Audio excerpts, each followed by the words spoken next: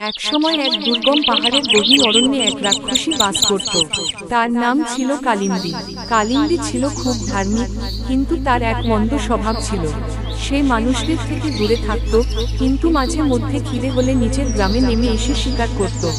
যাই একটু গ্রামের দিকে যাই, অনেকদিন ধরে মানুষের রক্ত খাওয়া হয় না। কালিন্দী যখন খাবারের খোঁজে বের হয়েছিল, তখন সে একটি অবর্ণনীয় স্থান থেকে একটি শিশুর কান্নার শব্দ শুনতে পেল।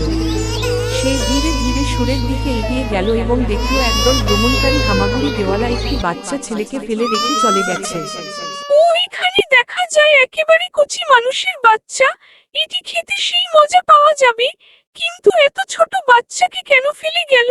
এই জন্য মানুষকে দেখতে পারি না। সেই সিদ্ধান্ত নিল যে সে ওই শিশুটিকে ফিরিয়ে নিবে।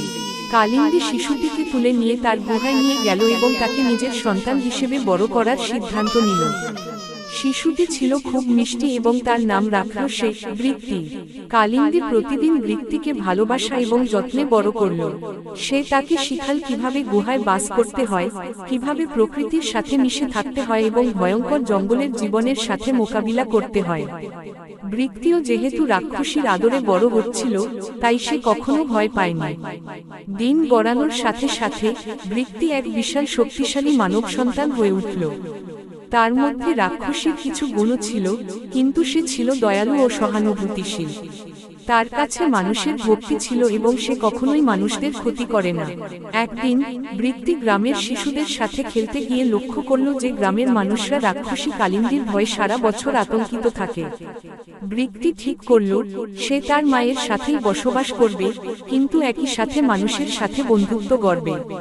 তাহলে সে গ্রামের মানুষদের সাথে চলাফেরা করল এবং তাদের বোঝানোর চেষ্টা করল যে রাক্ষসী কালিন্দী যেন তাদের শত্রু না হয়, বরং একটি বন্ধু হতে পারে।